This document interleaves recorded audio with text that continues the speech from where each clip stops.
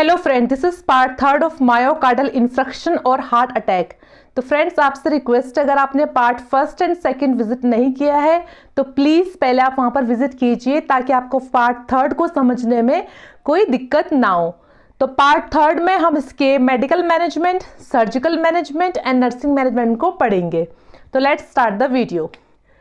तो medical management of myocardial इंफ्रक्शन या फिर हार्ट अटैक, तो जो हमें डॉक्टर प्रिस्क्राइब करेगा मेडिसिन, उनको हम पेशेंट को देंगे।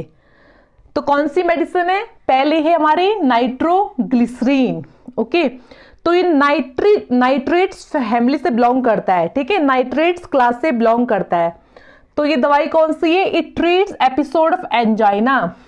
ये पेशेंट में एंजाइना के एपिसोड को ट्रीट करेगा। मतलब कि जब पेशेंट को चेस्ट पेन होगा, ठीक है, नाइट्रोग्लिसरीन हम पेशेंट को कोरोनरी आर्टरी डिजीज में देते हैं। ठीक है, मेनली कार्डियोवास्कुलर डिजीज में देते हैं। तो पेशेंट को जब चेस्ट पेन फील होगा उस टाइम पे देंगे। It is a vasodilator. It means ये ब्लड वेसल्स को, कोरोनरी ब्लड वेसल्स को डायलेट कर देगा, मीन्स थोड़ा सा उनको रिलैक्स कर देगा। ठीक है, तो जिससे ब्लड वेसल्स अगर रिलैक्स फॉर्म में आ जाएंगी तो अच्छे से क्या होगा, ब्लड फ्लो हो पाएगा, ऑक्सीजन एंड न्यूट्रिशन हमारे हार्ट के मसल्स को मिल पाएगी। ठीक है, तो नाइट्रोग्लिसरीन को पेशेंट को हम टैबलेट फॉर्म में, ठीक है, ओरल फॉर्म में या फिर इंटरवीनस फॉर्म में भी दे सकते हैं। पेशेंट को जैसे ही चेस्ट पेन का अटैक आया है, एंजाइना हुआ है, तो उसके 5 मिनट के अंतराल में हम इसको देंगे। अगर पेशेंट को कोई रिलीफ नहीं मिला है, ठीक है, 5 मिनट के बाद, तो उसको हम दोबारा 5 मिनट के बाद देंगे। ठीक है, इसी तरीके से हम कितनी बार देंगे पेशेंट को? 3 बार देंगे मेडिसिन को। तो इस टैबलेट को पेशेंट को बोलेंगे हम कहाँ रखना है? जीभ के नीचे रखना है। ठीक है, इसको हम सबलिंगुअल पाथवे से देते हैं, मीन्स टंग के नीचे रखना है, क्योंकि वहां पर जो ग्लाइंड्स होती है, वहां पर जो मसल्स होती है, स्मूथ मसल्स होती है, वो क्या करती है, इस टैबलेट को एब्जॉर्ब कर देती है। ठीक है, और पेशेंट को इंस्ट्रक्शन ये देना है कि इस टैबलेट को क्रश भी नहीं करना है, इसको चबाना भी नहीं है और इसको तोड़ना भी नहीं है। ठीक है ना। तो मेनली कार्डियोवास्कुलर डिजीज में, कोरोनरी आर्टरी डिजीज में हम नाइट्रोग्लिसरीन देते हैं। इसके अलावा कई बार इसको हम एनल फिशर में भी देते हैं, क्योंकि वहां पर वो क्या करेगा, ब्लड सप्लाई को बढ़ा देगा, जिससे कि एनल फिशर का जो एरिया है वो पूरा हील हो जाएगा। ठीक है, नेक्स्ट टैबलेट हमारी मॉर्फिन सल्फेट। तो it is an opioid agonist. ठीक है, तो ये एक ओपियोइड मेडिसिन है, मींस नार्कोटिक ड्रग है, indicated for the management of pain. ये भी हम किस लिए देते हैं? पेन के लिए देते हैं, बट यहां पर कंडीशन क्या है? Which is not responsive to non narcotic analgesic. अगर पेशेंट को हमने पहले कोई दवाइयां दी है, ठीक है, छोटे मोटे पेन के लिए हम मॉर्फिन सल्फेट नहीं देते। ठीक है, नॉन नार्कोटिक मतलब जो दवाइयां नार्कोटिक नहीं है, अगर पेशेंट को मान लो नाइट्रोग्लिसरीन दिए और पेशेंट का बहुत सीवियर फॉर्म है, एक्यूट पेन भी हो सकता है और क्रॉनिक पेन भी हो सकता है, तो डॉक्टर की प्रिस्क्रिप्शन से हम क्या देंगे, उससे मॉर्फिन सल्फेट देंगे। इसकी एक एग्जैक्ट अमाउंट देना बहुत जरूरी है।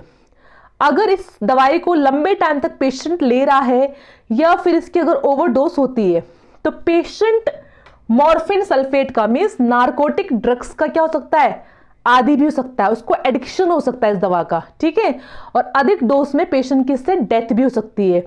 तो इस दवाई को बिल्कुल संभल कर डॉक्टर की प्रिस्क्रिप्शन में ही दी जाती है। ठीक है ना।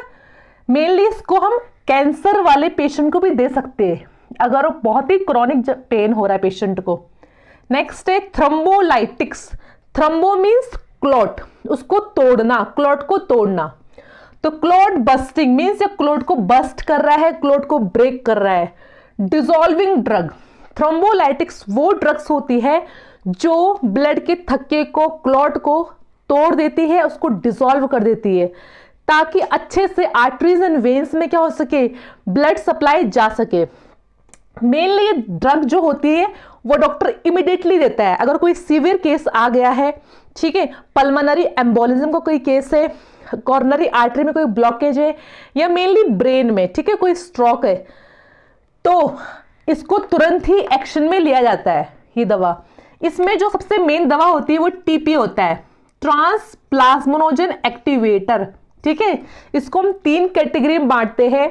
इस दवा को हम इमीडिएटली पेशेंट को दे देते हैं। तो टीपीए ट्रांस प्लाज्मोनोजन एक्टिवेटर, इसके और भी एग्जाम्पल है जैसे कि स्ट्रेप्टोकाइनेस, यूरोकाइनेस, एल्टीप्लेस एंड रेटिप्लेस।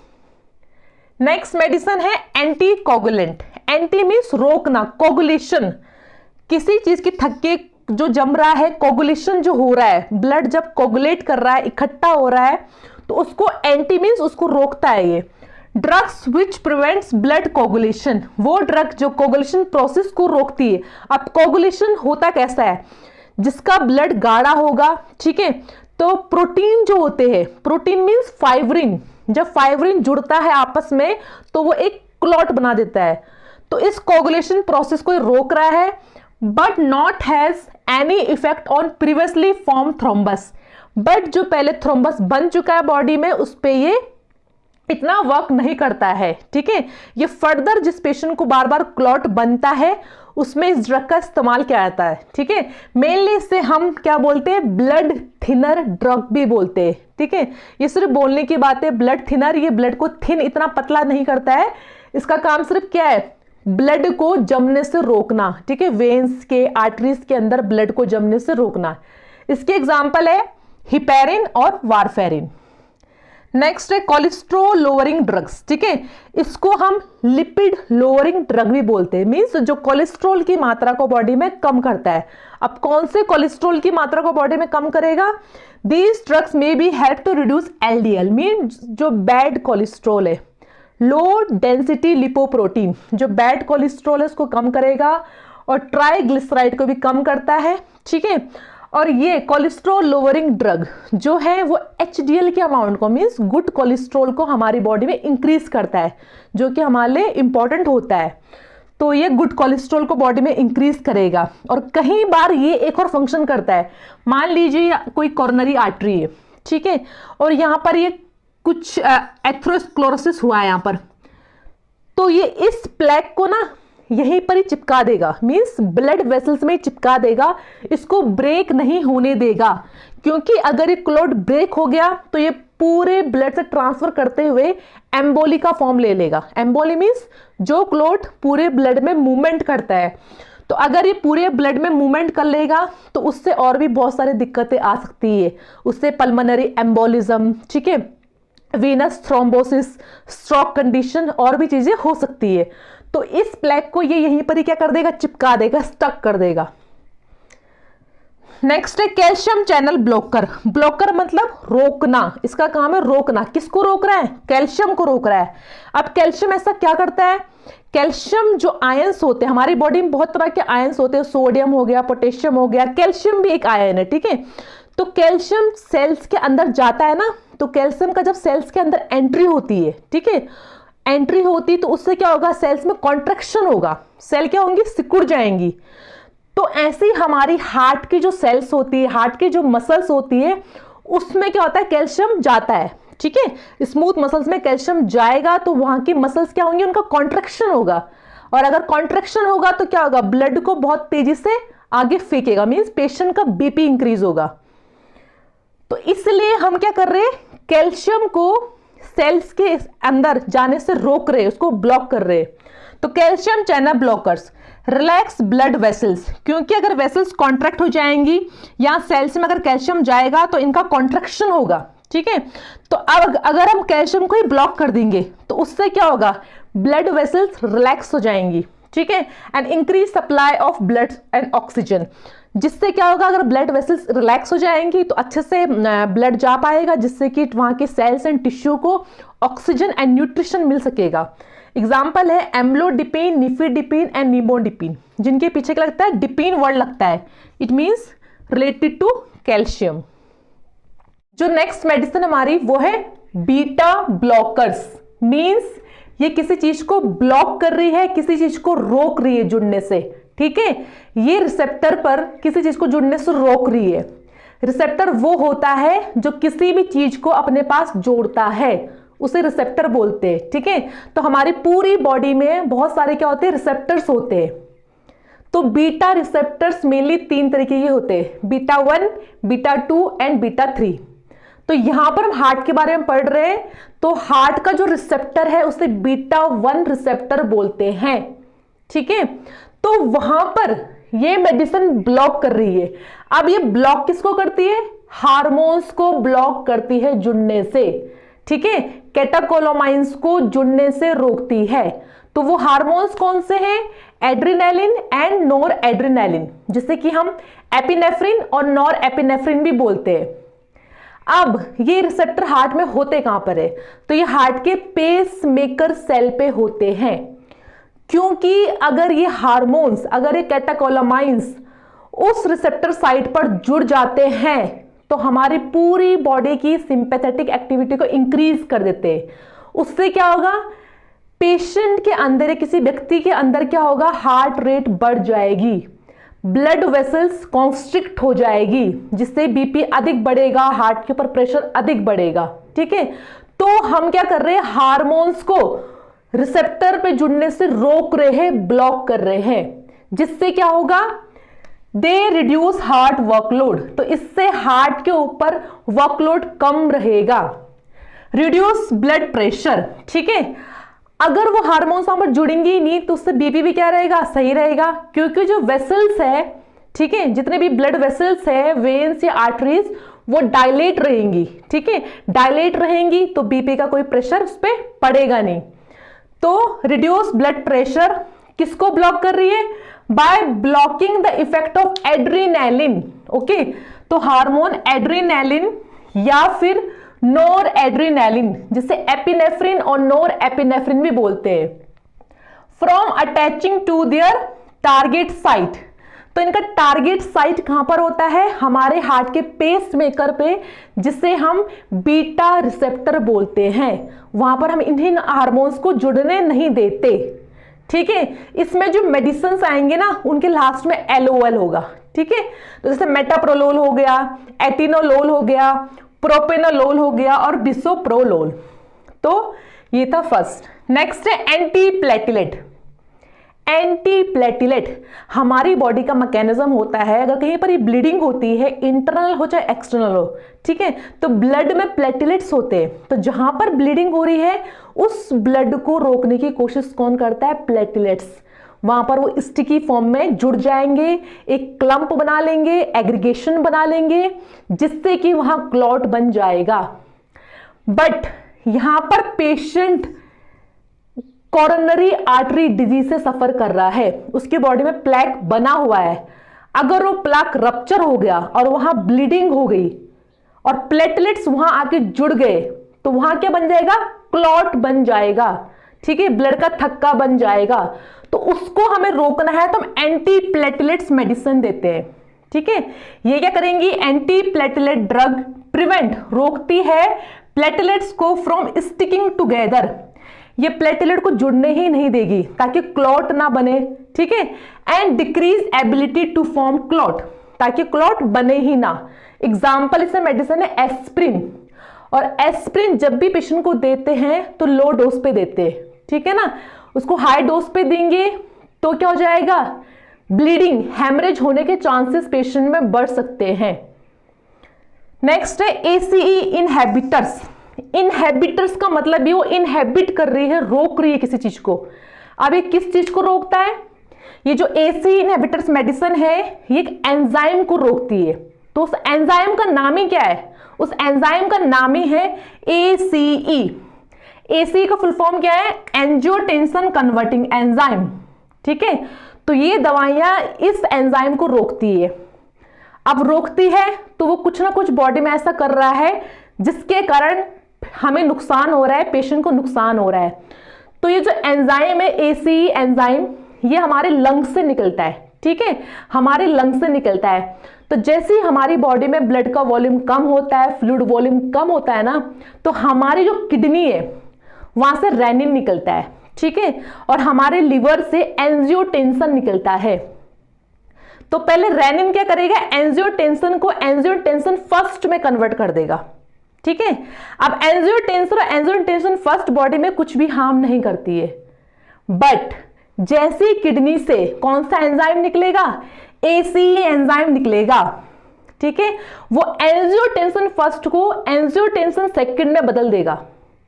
अब जो एंजियोटेंसिन सेकंड है वो बॉडी में बहुत चीजें करता है, जैसे कि वो जितनी भी ब्लड वेसल्स है उनको कॉन्स्ट्रिक्ट कर देगा, और अगर ब्लड वेसल्स कॉन्स्ट्रिक्ट हो गई तो बीपी अचानक से बढ़ जाएगा, कार्डिक आउटपुट बढ़ जाएगा, हार्ट के ऊपर वर्कलोड भी इंक्रीज हो जाएगा।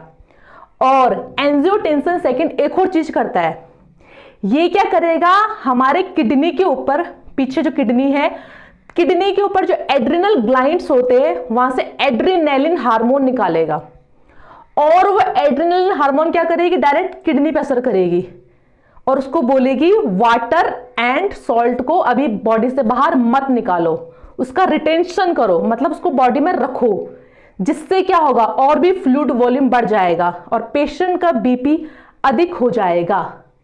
तो हमें मेनली किसको रोकना है, मेनली हमें ACE एंजाइम को रोकना है, क्योंकि यही एंजाइम क्या कर रहा है, एंजियोटेंसिन फर्स्ट को सेकंड में परिवर्तित कर रहा है।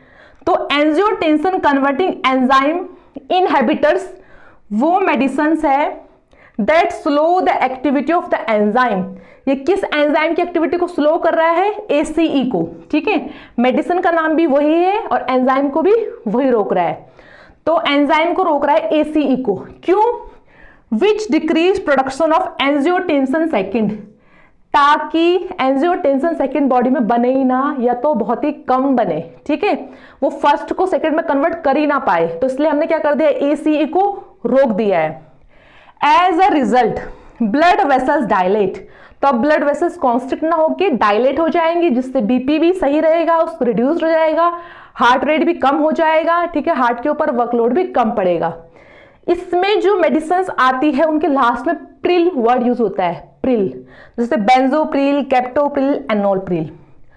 ऑक्सीजन थेरेपी हम पेशेंट को देते हैं मायोकार्डियल इंफ्रक्शन में, क्योंकि वहां की सेल डेथ हो रही है, बॉडी में ऑक्सीजन की कमी पड़ रही है, तो पेशेंट की नीड के अकॉर्डिंग हम पेशेंट को ऑक्सीजन थेरेपी भी देते हैं। तो नेक्स्ट है हमारा सर्जिकल मैनेजमेंट ऑफ मायोकार्डियल इंफ्रक्शन। तो पहली सर्जरी हमारी PTCA। PTCA means percutaneous transluminal coronary angioplasty. एक होता है एंजियोग्राफी। एंजियोग्राफी मीन्स डायग्नोज करके पता लगाना कि किस कोरोनरी आर्टरी में ब्लॉकेज हुआ है, उसे एंजियोग्राफी बोलते हैं। यहां पर हम क्या पढ़ रहे हैं, एंजियोप्लास्टी पढ़ रहे हैं।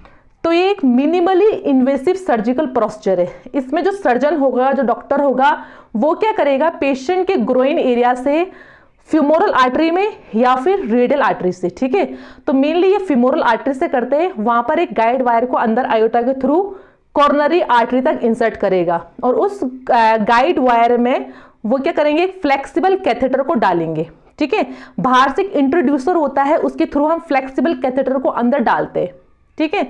तो जहां पर ये ब्लॉकेज होगा वहां पर ये फ्लेक्सिबल कैथेटर जाएगा। तो मान लो यहां पर क्या है, एथेरोस्क्लेरोसिस है, यहां पर क्या है, फैट डिपोजिशन है।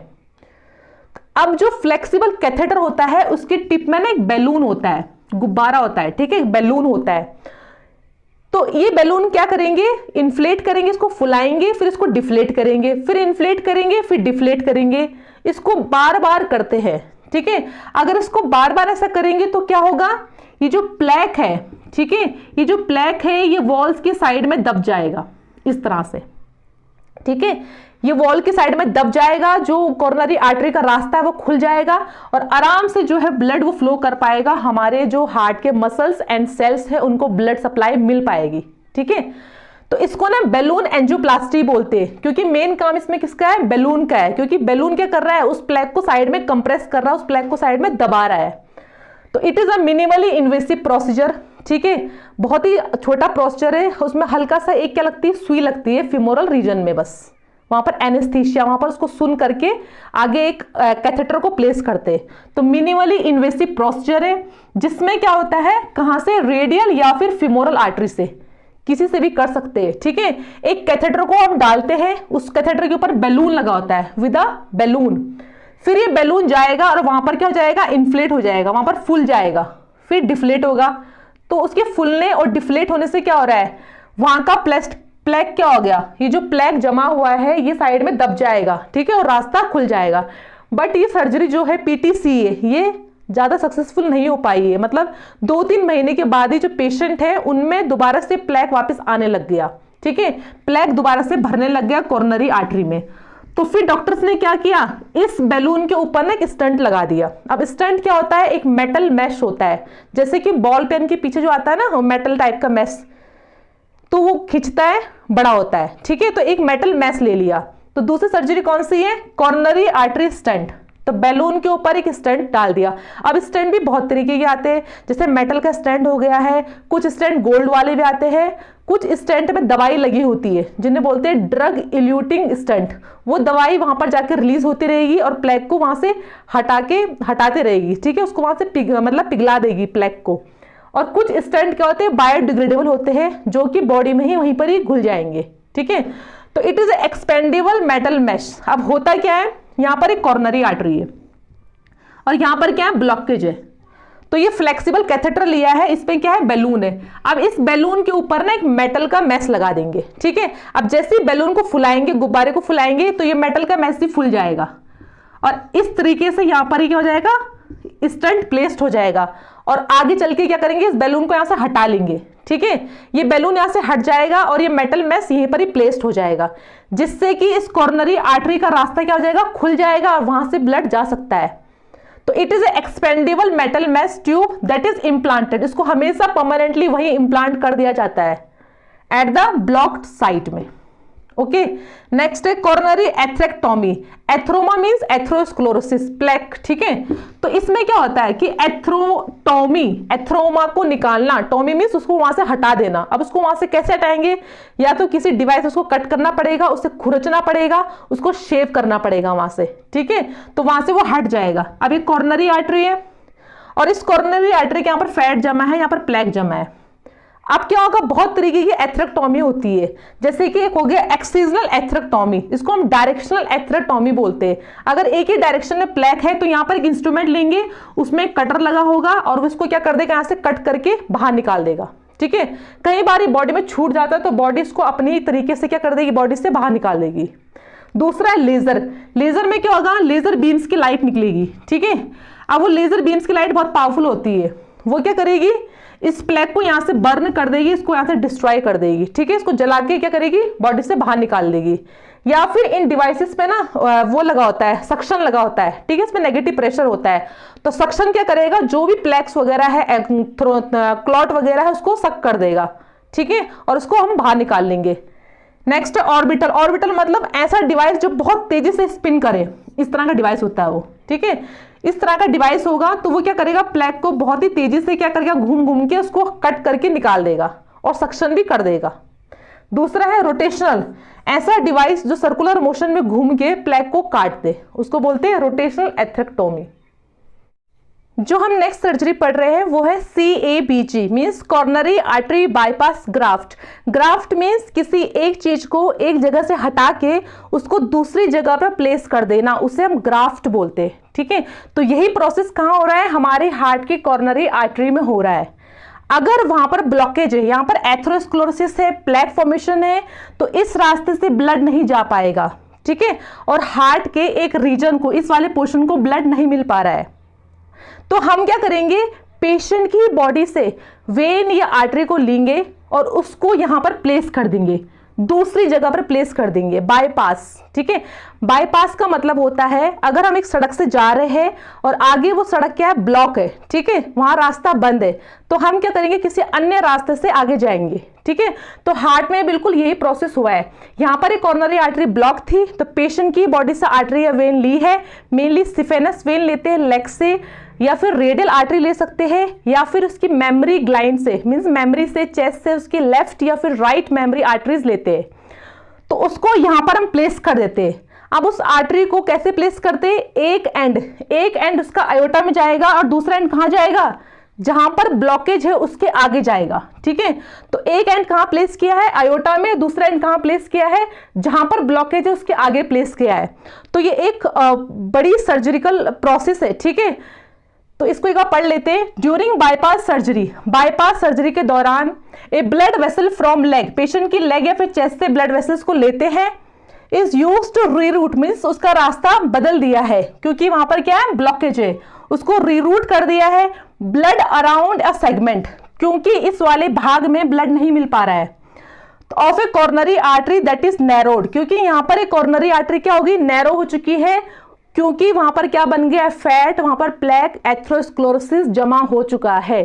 तो इस सर्जरी में क्या होता है, एक होता है of pump process. Of pump means जिस टाइम पे पूरे हार्ट को स्टॉप कर देते हैं, ठीक है। और इतने में जो हमारे वाइटल्स ऑर्गन से हमारी पूरी बॉडी है उसको कौन ब्लड सप्लाई करता है, एक हार्ट लंग मशीन होती है, ठीक है। तो हार्ट को रोक देते हैं और हार्ट लंग मशीन के दौरान क्या होता है, पूरी बॉडी में ब्लड सर्कुलेट होता है, उसको बोलते हैं ऑफ पंप। मीन्स जो हमारा पंपिंग ऑर्गन था हार्ट, उसको हमने भी स्टॉप कर दिया है। दूसरा है ऑन पंप, मीन्स हार्ट जो है वो बीट कर रहा है, ठीक है, हार्ट जो है वो बीट कर रहा है, बट सिर्फ उसका एक ही सेगमेंट, जहां पर ब्लॉकेज है हमने सिर्फ वही सेगमेंट रोका है और वहां पर एक कॉर्नरी आर्टरी प्लेस कर दी है, उसको बोलते हैं on pump. Means heart pumping कर रहा है, अपना एक्शन कर रहा है, बट एक ही सेगमेंट को रोका है।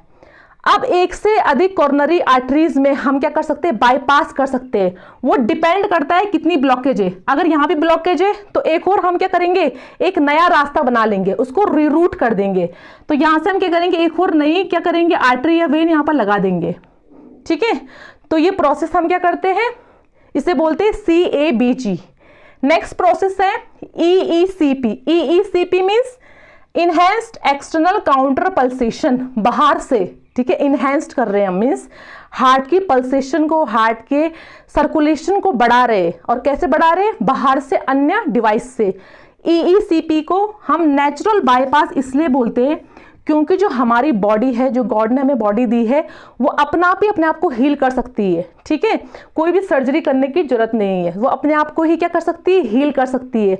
अगर हमें कोई छोटा सा कट लगता है तो कुछ टाइम बाद वो कट अपना आप ही क्या होता है, हील हो जाता है, ओके। तो इसी तरीके से हमारी हार्ट में ना 3 कॉर्नरी आर्टरीज ना होके बहुत सारे कॉर्नरी आर्टरीज के चैनल्स होते हैं, ठीक है। और भी छोटी छोटी कॉर्नरी आर्टरीज होती है जिसे हम कोलेटरल आर्टरीज बोलते हैं। जो लोग रनिंग करते हैं, एक्सरसाइज करते हैं, उनकी ये आर्टरीज अपना आप ही खुल जाती है, ठीक है। उनमें ये अपना आप ही आर्टरीज बाकी खुल जाएंगी, कॉर्नरी आर्टरीज, और उनमें अभी हार्ट की प्रॉब्लम नहीं आएगी। तो यहां पर हम क्या कर रहे हैं, नेचुरल तरीके से हार्ट की कॉर्नरी आर्टरीज में जो बाकी चैनल्स है, जो भी काम नहीं कर रहे, उनको खोलते हैं, ठीक है।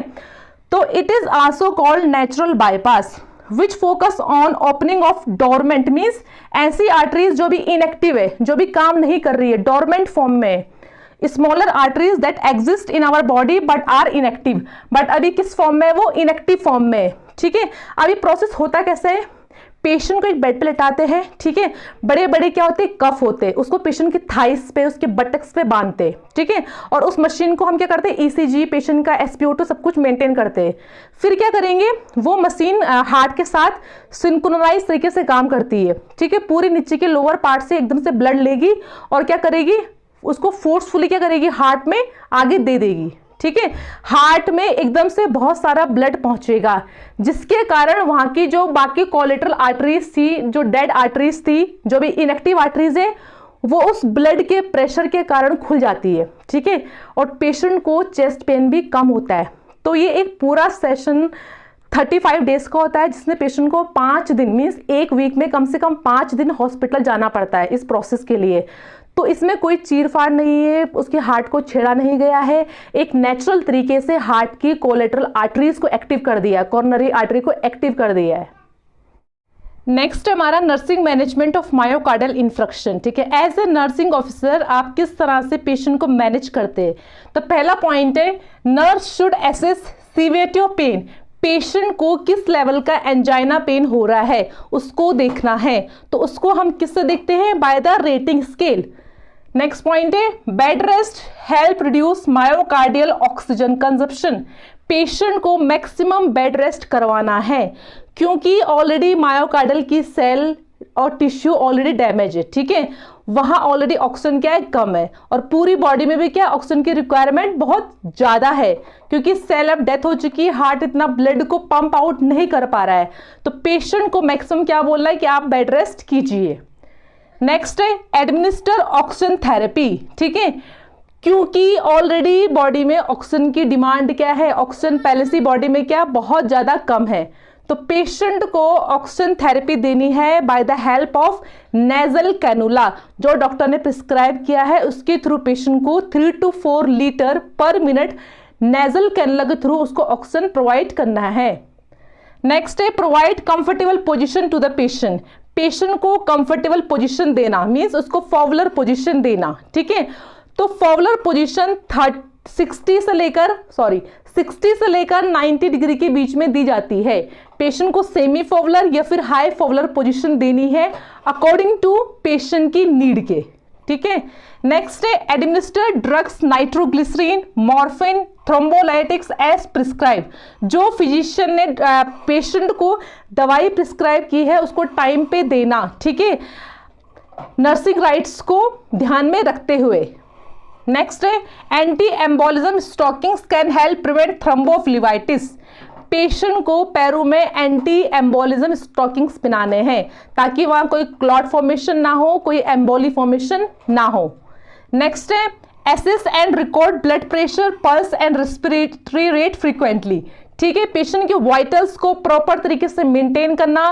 साथ में पेशेंट जैसे हॉस्पिटल में आता है तो तुरंत उसका 10 मिनट के अंदर क्या करते हैं हम ईसीजी लेते हैं, और उसी टाइम पेशेंट को उसके पल्स ऑक्सीमीटर, उसके बीपी, उसका टेम्परेचर, सारे वाइटल्स उसमें होने चाहिए और उसको रिकॉर्ड करना है। नेक्स्ट है provide emotional support to reduce stress and anxiety. Patient already बीमारी से क्या ग्रस्त है तो उसको इमोशनल सपोर्ट देना और पेशेंट को एजुकेशन देना अबाउट हार्ट कंडीशन कि आपको किस तरह की डाइट को लेना है, और पेशेंट अगर स्मोकिंग, अल्कोहल, बहुत ही हाई कोलेस्ट्रॉल डाइट्स ले रहा है तो उसको उससे रोकना, उससे मना करना। ठीक है, पेशेंट को कहना है कि आपको ब्रिस्क वॉकिंग करनी है, आपको डेली 30 मिनट्स क्या करना है, एक्सरसाइज करना है, और अगर हो सके तो अपनी लाइफ स्टाइल में मेडिटेशन को भी इंक्लूड करना है। ठीक है, green leafy vegetables and fruits को डाइट में इंक्लूड करना है। तो फ्रेंड्स, ये था third part of this myocardial infarction.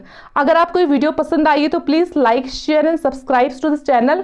और अगर आपको यही पार्ट इंग्लिश में देखना है तो आप प्लेलिस्ट में जाके, मैंने सारी वीडियोस को फिर इंग्लिश में बनाया है तो आप वहां जाके इसको देख सकते हैं। Thank you.